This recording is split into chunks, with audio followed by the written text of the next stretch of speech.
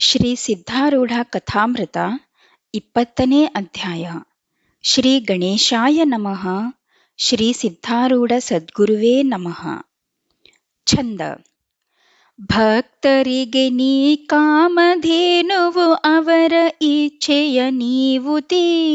ವ್ಯಕ್ತವಾಗಿಯೇ ಸಕಲ ಜನರೊಳು ನಿತ್ಯ ಸುಖವನ್ನು ಕಾಯುತ್ತಿ. ದೇಹ ಜ್ವಾಲೆಯ ಹಸ್ತ ಸ್ಪರ್ಶದಿ ಶಾಂತಪಡಿಸುವಿ ಸಿದ್ಧನೇ. ಸ್ನೇಹ ಭಾವದಿ ರಕ್ಷಿಸೆನ್ನನು ಇರುವೆ ಭವದೊಳು ಸಿದ್ಧನೇ. ಹೇ ಸದ್ಗುರು ಸಿದ್ಧಾರೂಢನೇ, ನಿನಗೆ ಜಯ ಜಯಕಾರವಿರಲಿ. ಗೂಢವಾದ ಸ್ವರೂಪವನ್ನರಿಯದೆ ಪ್ರೌಢನಾದ ನಿನ್ನ ಕುರಿತು ಶರಣು ಬಂದಂಥ ನಮ್ಮನ್ನು ಉದ್ಧಾರ ಮಾಡುವವನು ನೀನೇ ಇದ್ದಿ. ನಾವು ತ್ರಿಗುಣ ಜಾಲದಲ್ಲಿಯೂ ಪಂಚಭೂತಗಳ ಮೇಳನದಲ್ಲಿಯೂ ಸಿಲುಕಿ ಬಹು ದುಃಖಪಟ್ಟೆವು. ಈ ಕಾಲದಲ್ಲಿ ನೀನೇ ಪ್ರಾಪ್ತನಾಗಿ ನಮ್ಮನ್ನು ಬಿಡಿಸುವಂಥವನಾಗು. ಸ್ವರೂಪವನ್ನು ಮರೆತು ನಾನತ್ವ ನೋಡುತ್ತಿರುವೆವು. ಚಿತ್ತವು ತ್ರಿಗುಣದ ಉರುಲಿನೊಳಗೆ ಸಿಲುಕಿರುವುದು.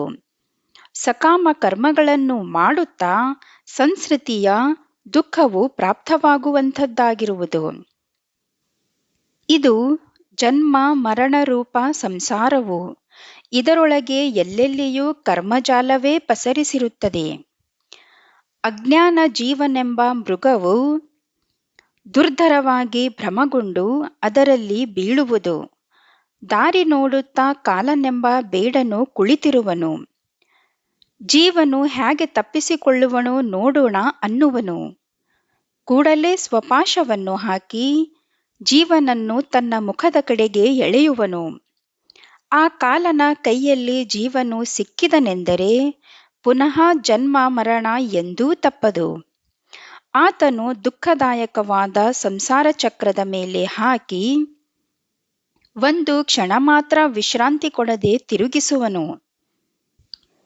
ಏನಾದರೂ ಸತ್ಕರ್ಮ ಮಾಡಲಿಕ್ಕೆ ಹೋದರೆ ಕೂಡಲೇ ಅಲ್ಲಿ ಫಲಾಶೆಯನ್ನು ಹಾಕಿ ಜೀವನನ್ನು ಮತ್ತಿಷ್ಟು ಬಿಗಿಯಾಗಿ ತನ್ನ ಪಾಶದಲ್ಲಿ ಕಟ್ಟುವನು. ಹಾಗಾದರೆ ಇಂಥ ಜೀವನು ಜನ್ಮ ಮರಣ ರೂಪ ಸಂಸಾರದೊಳಗಿಂದ ತಪ್ಪಿಸಿಕೊಂಡು ಅಕ್ಷಯ ಸುಖವನ್ನು ಹೊಂದಲಿಕ್ಕೆ ಉಪಾಯ ಎಲ್ಲಿರುವುದು? ಅಂದರೆ ಹೇಳುವೆನು ಕೇಳಿರಿ. ಒಂದೇ ಕ್ಷಣ ಸತ್ಸಂಗವೂ ಆಗುತ್ತಲೇ ಅದರ ಆನಂದಲೇಶವು ಹೃದಯದಲ್ಲಿ ಅನುಭವಿಸುವನು. ಅದರ ಮೂಲಕ ಸಂತ ಚರಣಗಳಲ್ಲಿ ಸಂಸ್ಕಾರವು ದೃಢವಾಗಿ ನಿಂತು ಮತ್ಯಾವುದೂ ಅಧಿಕ ಸುಖಕರವಾಗಿ ಕಾಣಿಸಲಾರದು. ಆಗ ದೃಢ ವೈರಾಗ್ಯವು ಹೃದಯದಲ್ಲಿ ತುಂಬಿ ವಿಷಯೇಚ್ಛೆಯು ದೂರವಾಗುವುದು. ಆ ದಿಶೆಯಿಂದ ನಿರ್ವಿಘ್ನನಾಗಿ ಪುರಾಣಗಳನ್ನು ಶ್ರವಣ ಮಾಡುತ್ತಾನೆ ಮತ್ತು ವೇದಾಂತ ಶಾಸ್ತ್ರದಲ್ಲಿಯೇ ಮನಸ್ಸು ರಮಿಸುವುದು. ಏಕಾಗ್ರ ಮನಸ್ಸಿನಿಂದ ಶ್ರವಣ ಮಾಡುತ್ತಾ ಸ್ವರೂಪದಲ್ಲಿ ಆಸ್ತಿಕ್ಯ ಬುದ್ಧಿ ಉತ್ಪನ್ನವಾಗುವುದು. ಮನನ ಮತ್ತು ನಿಧಿಧ್ಯಾಸನಾದಿಗಳಿಂದ ಜೀವೇಶ್ವರರ ಐಕ್ಯವಾಗುವುದು. ಇಂಥ ಐಕ್ಯ ಜ್ಞಾನವು ಗುರುಕೃಪೆ ವಿನಃ ಎಂದೂ ಪ್ರಾಪ್ತವಾಗಲಾರದು ಮತ್ತು ಈ ಜ್ಞಾನದಿಂದ ಭವಬಂಧನವು ಹರಿದು ಕಾಲನ ಪಾಶಖಂಡನವಾಗುವುದು. ಆದ್ದರಿಂದ ಸದ್ಗುರುವಿಗೆ ಶರಣು ಹೋಗಬೇಕು. ಆತನ ಕೃಪೆಯಿಂದಲೇ ಜೀವನು ಜ್ಞಾನ ಪ್ರಾಪ್ತಿ ಮಾಡಿಕೊಳ್ಳುವನು.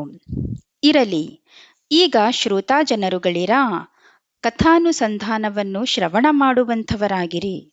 ಅದರಿಂದ ಭವಬಂಧನವು ಸಹಜವಾಗಿ ನಾಶ ಹೊಂದಿ ಆತ್ಮಜ್ಞಾನವು ಪ್ರಾಪ್ತಿಯಾಗುತ್ತದೆ. ವೇದಾಂತ ಧ್ವಜವನ್ನು ಏರಿಸಿದಂತಹ ಶ್ರೀ ಸಿದ್ಧಾರೂಢ ಮಹಾರಾಜರು ಹುಬ್ಬಳ್ಳಿಯಲ್ಲಿದ್ದು ಭಕ್ತರ ಕಾರ್ಯಗಳನ್ನು ಅತ್ಯಾದರದಿಂದ ಪೂರೈಸುತ್ತಿರುವರು. ಒಂದಾನೊಂದು ಕಾಲದಲ್ಲಿ ಅನೇಕ ಭಕ್ತ ಜನರು ಕೂಡಿ ಸಂತ ಭೋಜನ ಮಾಡಿಸಬೇಕೆಂಬ ಇಚ್ಛೆಯಿಂದ ತಮ್ಮೊಳಗೆ ಸಾತಪ್ಪ ಎಂಬಾತನನ್ನು ಪ್ರಮುಖನನ್ನಾಗಿ ಮಾಡಿ ಸದ್ಗುರುವಿಗೆ ಪ್ರಾರ್ಥಿಸುವಂಥವರಾದರು. ಹೇ ಸಿದ್ಧಾರೂಢ ಸ್ವಾಮಿಗಳೇ, ಇಲ್ಲೇ ಸಮೀಪವಿರುವ ಮಾವನೂರು ಎಂಬ ಗ್ರಾಮದಲ್ಲಿ ಸಮಾರಾಧನೆಯನ್ನು ಮಾಡಲಿಚ್ಛಿಸುತ್ತೇವೆ. ತಾವಾದರೂ ಕೃಪಾ ಮಾಡಿ ಅಲ್ಲಿವರೆಗೆ ಬರಬೇಕಾಗಿರುತ್ತದೆ. ಅದಕ್ಕೆ ಸದ್ಗುರುಗಳು ತಥಾಸ್ತು ಎಂದರು. ಆಮೇಲೆ ಪಾಲಕಿ ತಯಾರಿಸಿ ಅದರ ಮೇಲೆ ಸ್ವಾಮಿಯವರನ್ನು ಕೂಡಿಸಿಕೊಂಡು ಹೊರಟರು. ಆ ಸಮಯದಲ್ಲಿ ಭಕ್ತರೆಲ್ಲ ಭಜನೆ ಮಾಡುತ್ತಾ ನಡೆಯುವಾಗ ಭಜನೆಯ ಘೋಷವು ಆಕಾಶದಲ್ಲೆಲ್ಲ ತುಂಬಿ ಆಗಿನ ಆನಂದವು ತ್ರಿಭುವನದಲ್ಲಿ ಪೂರಿತವಾಯಿತು. ಉತ್ಸವದಿಂದ ಮಾರ್ಗ ಕ್ರಮಿಸುತ್ತಾ ಮಾವನೂರ ಗ್ರಾಮಕ್ಕೆ ಬಂದು ಸಿದ್ಧಾರೂಢರನ್ನು ಇಳಿಸಿ ಒಂದು ಶುಭಗ್ರಹಕ್ಕೆ ಕರೆದುಕೊಂಡು ಹೋಗಿ ದಿವ್ಯ ಪೀಠದ ಮೇಲೆ ಕೂಡಿಸಿದರು. ಎಲ್ಲ ಪೂಜಾ ಸಾಮಗ್ರಿಗಳನ್ನು ತಂದು ಸದ್ಗುರುಗಳಿಗೆ ಷೋಡಶೋಪಚಾರಗಳಿಂದ ಪೂಜಾ ಮಾಡಿದರು. ಅನಂತರ ಸಾತಪ್ಪನು ಪಾಕಕ್ರಿಯೆ ಸಲುವಾಗಿ ಪಾಕಶಾಲೆಗೆ ಹೋದನು. ಅಲ್ಲಿ ಸಾವಿರಾರು ಮಂದಿ ದಿಶೆಯಿಂದ ಅಡಿಗೆಯು ತಯಾರಾಗುತ್ತಿತ್ತು. ಆಗ್ಗೆ ಬೀರಾಂಜಿ ಅನ್ನ ಮಾಡುವುದಕ್ಕೋಸ್ಕರ ಒಂದು ಕಡಾಯಿಯೊಳಗೆ ಬೆಣ್ಣೆ ಕಾಯಿಸಲಿಕ್ಕೆ ಇಟ್ಟಿತ್ತು. ಕುದಿ ಬಂದು ತುಪ್ಪ ತಯಾರಾದ ಕೂಡಲೇ ಅದನ್ನು ಬಿರಾಂಜಿ ಮಾಡತಕ್ಕ ತಪೇಲಿಯೊಳಗೆ ಸುರಿಯುವುದರ ಸಲುವಾಗಿ ಸಾತಪ್ಪನು ಆ ಕಡಾಯಿಯನ್ನು ಒಂದು ಅರಿವೆಯಿಂದ ಹಿಡಿದು ಎತ್ತಿ ತಪೇಲಿಯು ಅಂಚಿಗೆ ಹಚ್ಚಿದನು. ಆ ಕೂಡಲೇ ಅದು ಕೈಯೊಳಗಿಂದ ಜಾರಿ ಭೂಮಿಗೆ ಬಿದ್ದು ತುಪ್ಪವೆಲ್ಲ ನಾಲ್ಕು ಕಡೆಗೆ ಸಿಡಿಯಿತು. ಆ ಅತ್ಯುಷ್ಣವಾದ ತುಪ್ಪವು ಸಾತಪ್ಪನ ಮೈ ಮೇಲೆ ತುಂಬಾ ಸಿಡಿದು ಅದರಿಂದ ಆತನ ಮೈಯೆಲ್ಲ ಉರಿಯ ಹತ್ತಿ ಕೂಡಲೇ ಗುಳ್ಳೆ ಎದ್ದವು.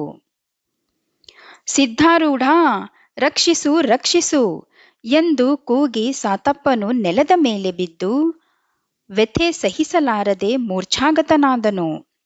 ಜನರೆಲ್ಲ ಗಾಬರಿಯಾಗಿ ನಾಲ್ಕು ಕಡೆಗೆ ಓಡ ಹತ್ತಿದರು.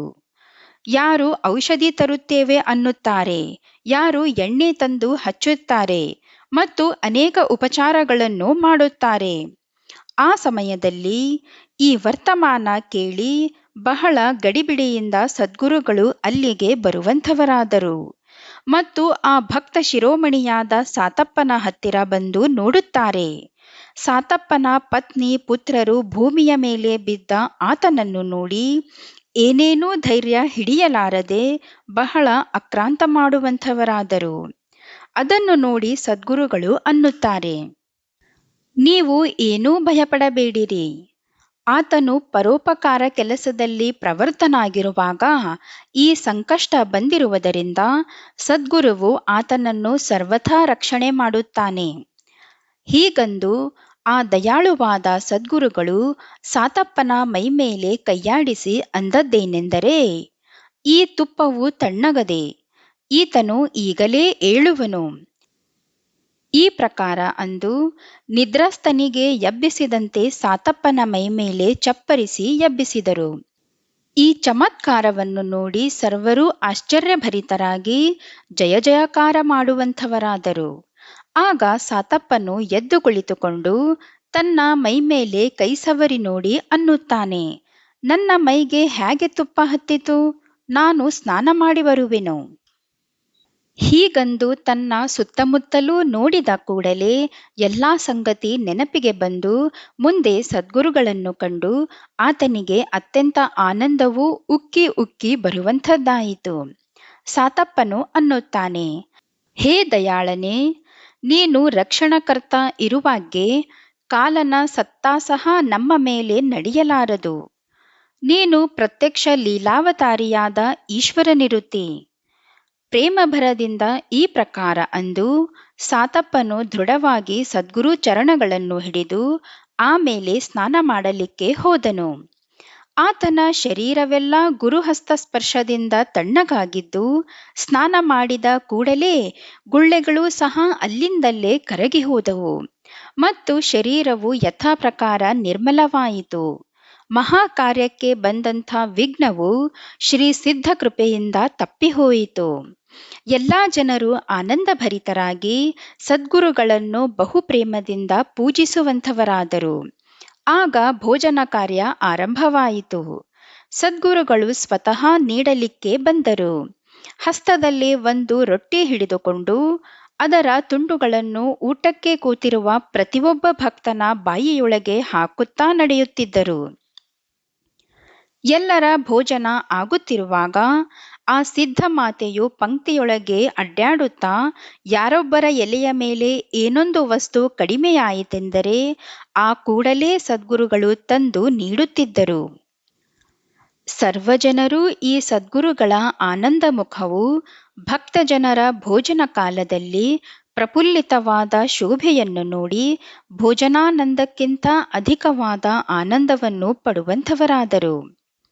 ಸರ್ವರಿಗೂ ತೃಪ್ತಿಯಾದ ಬಳಿಕ ಸಿದ್ಧರು ತಾವೂ ಭೋಜನ ಮಾಡಿದರು. ಸದ್ಗುರುವು ಭಕ್ತ ಕಾರ್ಯವನ್ನು ಈ ರೀತಿಯಿಂದ ನಿರ್ವಿಘ್ನ ಮಾಡಿಸಿಕೊಟ್ಟನು. ಹೇಗೆ ಬಾಲಕನ ಆನಂದ ನೋಡಿ ತಾಯಿಗೆ ಆನಂದವಾಗುವುದೋ ಅಥವಾ ಪ್ರಜೆಗಳ ಸೌಖ್ಯದಿಂದ ರಾಜನು ಸುಖ ಪಡುವನೋ ಹಾಗೆಯೇ ಭಕ್ತರ ಸುಖದಿಂದಲೇ ಆತನು ಸುಖ ಪಡುವನು. ಭಕ್ತರ ತಂದೆ ತಾಯಿ ಎಂದು ಭಾವಿಸಲ್ಪಟ್ಟ ಸದ್ಗುರುವು ಅವರ ತಾಪವನ್ನು ಹರಣ ಮಾಡಿ ಅವರ ಪಾಪವನ್ನು ಕಳೆದು ಸುಖ ಸ್ವರೂಪವನ್ನು ತೋರಿಸುವನು. ಇರಲಿ, ಸದ್ಗುರುನಾಥರನ್ನು ಪಾಲಕಿ ಮೇಲೆ ಕೂಡಿಸಿ ಆನಂದದಿಂದ ಮೆರೆಸುತ್ತಾ ಭಕ್ತರು ಭಜನಘೋಷದಿಂದ ಸಿದ್ಧಾಶ್ರಮಕ್ಕೆ ಬಂದು ಇಳಿಸಿ ಜಯ ಜಯಕಾರ ಮಾಡಿ ಎಲ್ಲರೂ ತಮ್ಮ ತಮ್ಮ ಸ್ವಸ್ಥಾನಕ್ಕೆ ಹೋಗುವಂಥವರಾದರು. ಇಂಥ ನೀನು ಸದ್ಗುರು ಮಾತಾ ಭಕ್ತ ಜನರಿಗೆ ಕೃಪೆಯಿಂದ ಒಲಿದು ತ್ರಿಭುವನವನ್ನು ಆನಂದದಿಂದ ತುಂಬಿಸಿದಿ. ಈಗ ಹೇ ಶ್ರೋತಾ ಜನರುಗಳಿರ, ಕಥೆಯ ಲಕ್ಷಾರ್ಥವನ್ನು ಕೇಳುವಂಥವರಾಗಿರಿ. ಸಾತಪ್ಪನೇ ಜೀವನು. ಆತನು ಸ್ತ್ರೀ ಪುತ್ರಾದಿಗಳೆಂಬ ಜನರಿಗೋಸ್ಕರ ಮೋಹವೆಂಬ ತುಪ್ಪವು ಸುರಿಯುತ್ತಿರುವಾಗ ಅದು ಆತನಿಗೆ ಆವರಿಸಿಕೊಳ್ಳಲಾಗದೆ ಕೈತಪ್ಪಿ ದುಃಖದಿಂದ ಮೈತುಂಬ ಉರಿಯುತ್ತಿರುವಾಗ ದಯಾಘನನಾದ ಸದ್ಗುರುವು ಪ್ರಾಪ್ತನಾದನು. ಸದ್ಗುರುವು ಬಂದು ಆತನ ಮೈಮೇಲೆ ಬೋಧಹಸ್ತವನ್ನು ಸವರಿದ ಕೂಡಲೇ ಆತನು ಸಾವಧಾನವಾಗಿ ಮೋಹ ಸಂಬಂಧ ತಾಪವು ಶಾಂತವಾಗಿ ಇಚ್ಛೆಗಳೆಂಬ ಗುಳ್ಳೆಗಳೂ ಸಹ ಹೋದವು. ಬ್ರಹ್ಮಾನಂದನಾದ ನೀನು ಸದ್ಗುರುನಾಥನೇ ನನ್ನ ಮಸ್ತಕದ ಮೇಲೆ ಹಸ್ತವನ್ನಿಟ್ಟು ನನ್ನ ಭವಭಯ ನಿರಸನವಾಗುವುದಕ್ಕೋಸ್ಕರ ದಾರಿ ತೋರಿಸುವಂಥವನಾಗು. ಮುಂದಿನ ಅಧ್ಯಾಯದಲ್ಲಿ ಹೇ ಶ್ರೋತಾ ಜನರುಗಳಿರ, ಸುರಸ ಕಥೆಯನ್ನು ಸಾವಕಾಶವಾಗಿ ಶ್ರವಣ ಮಾಡುವಂಥವರಾಗಿರಿ. ಅದರ ಶ್ರವಣ ಮಾತ್ರದಿಂದ ಸರ್ವ ದೋಷಗಳು ನಿಮಿಷದೊಳಗೆ ಸುಟ್ಟಿ ಹೋಗುವವು ಎಂಬಲ್ಲಿಗೆ ಶ್ರೀ ಸಿದ್ಧಾರೂಢ ಕಥಾಮೃತದೊಳು ಶ್ರವಣ ಮಾತ್ರದಿಂದ ಸರ್ವ ಪಾಪಗಳನ್ನು ಭಸ್ಮ ಮಾಡುವಂತಹ ಈ ಅತಿ ಮಧುರವಾದ 20ನೇ ಅಧ್ಯಾಯವನ್ನು ಶಿವದಾಸನು ಶ್ರೀ ಸಿದ್ಧಾರೂಢ ಸದ್ಗುರುಗಳ ಚರಣವಿಂದಗಳಿಗೆ ಸಮರ್ಪಿಸಿರುವನು. ಇಲ್ಲಿಗೆ 20ನೇ ಅಧ್ಯಾಯ ಮುಕ್ತಾಯವಾಯಿತು. ಶ್ರೀ ಜಗದ್ಗುರು ಸಿದ್ಧಾರೂಢ ಸ್ವಾಮಿ ಮಹಾರಾಜ್ ಕಿ ಜೈ. ಶ್ರೀ ಸಿದ್ಧಾರೂಢರ ಕಥಾಮೃತವು ನಿಮಗೆ ಇಷ್ಟವಾದಲ್ಲಿ ಲೈಕ್, ಶೇರ್ ಮತ್ತು ಸಬ್ಸ್ಕ್ರೈಬ್ ಮಾಡಿ. ನಿಮ್ಮ ಅನಿಸಿಕೆಗಳನ್ನು ನಮಗೆ ಕಮೆಂಟ್ ಮೂಲಕ ತಿಳಿಸಿ. ಧನ್ಯವಾದಗಳು.